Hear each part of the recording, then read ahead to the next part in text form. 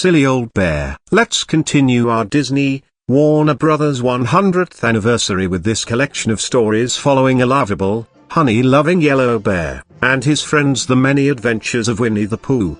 The film's content is derived from 3 previously released animated featurettes Disney produced based upon the Winnie the Pooh books by A. Milne, Winnie the Pooh and the Honey Tree, Winnie the Pooh and the Blustery Day, and Winnie the Pooh and Tigger 2. Extra material is used to link the 3 featurettes together to allow the stories to merge into each other. Winnie the Pooh and the Honey Tree. Winnie the Pooh, a bear living in the 100-acre wood, is disappointed to learn that he's out of honey. And in his quest to try to get some more, he gets into all sorts of trouble, like getting chased by a bunch of angry bees, and getting stuck in Rabbit's hole, and has to get thinner to get out. But thankfully, he has his friends Christopher Robin, Rabbit, Owl, Gopher, Kanga, and Roo there to help him out. Winnie the Pooh and the Blustery Day. On a very stormy day, Pooh goes around the 100-acre wood wishing everyone a happy Wednesday, where he ends up in a beech tree, and eventually he,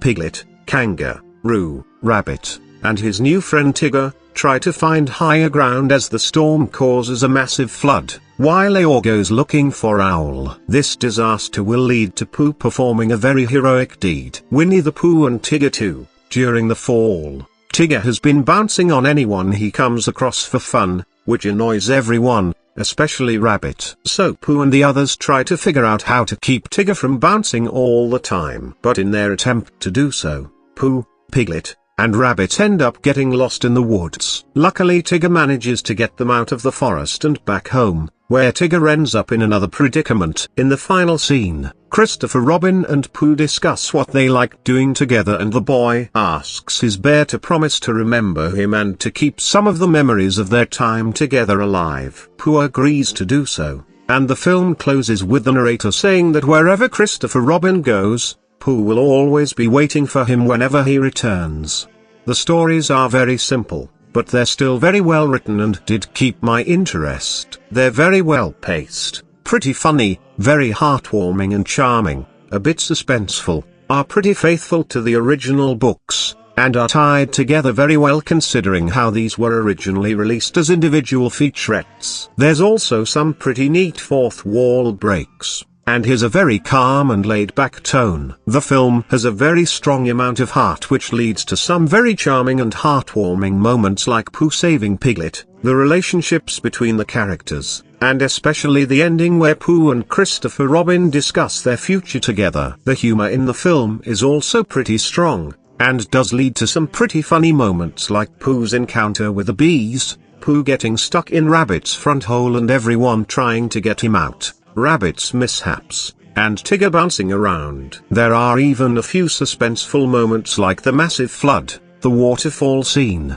and Rabbit being lost in the woods. The animation is amazingly well done and really stays true to the illustrations from the books. The characters are all well animated and have very simple yet solid designs, and the backgrounds are very well detailed and painted. But like the other Disney films between 61 and 81, there are some very noticeable moments where bits of animation are reused. The characters are all highly lovable and enjoyable. Pooh is a very lovable protagonist as he's very innocent and wide-eyed with a lot of things, but he also knows when to get serious when he wants to help others. The one downside to him is that he can be pretty gluttonous when it comes to honey. Christopher Robin is also pretty likable as he's always willing to help his friends in the 100-acre wood with advice and other situations like getting Pooh out of Rabbit's hole, or helping everyone in the flood. Tigger is another highly lovable character as he's very lively and upbeat and wants to have fun with others, much to some people's delight,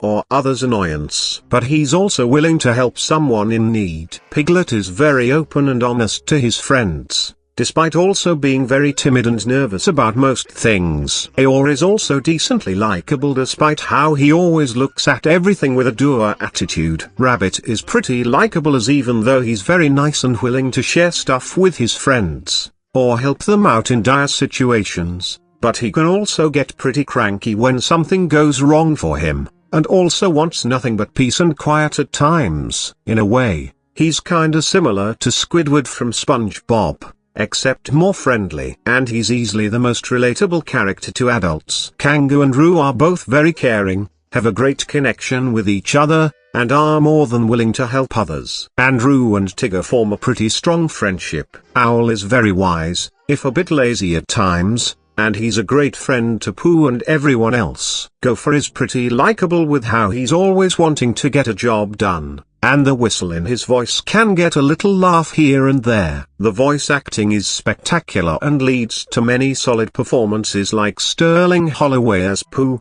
Paul Winchell as Tigger. The music and songs are very charming. The score is well composed and very calming, and the songs are very well written and performed, like the soothing opening title Winnie the Pooh, the lively The Wonderful Thing About Tiggers, the trippy and strange Heffalumps and Woozles, and many more.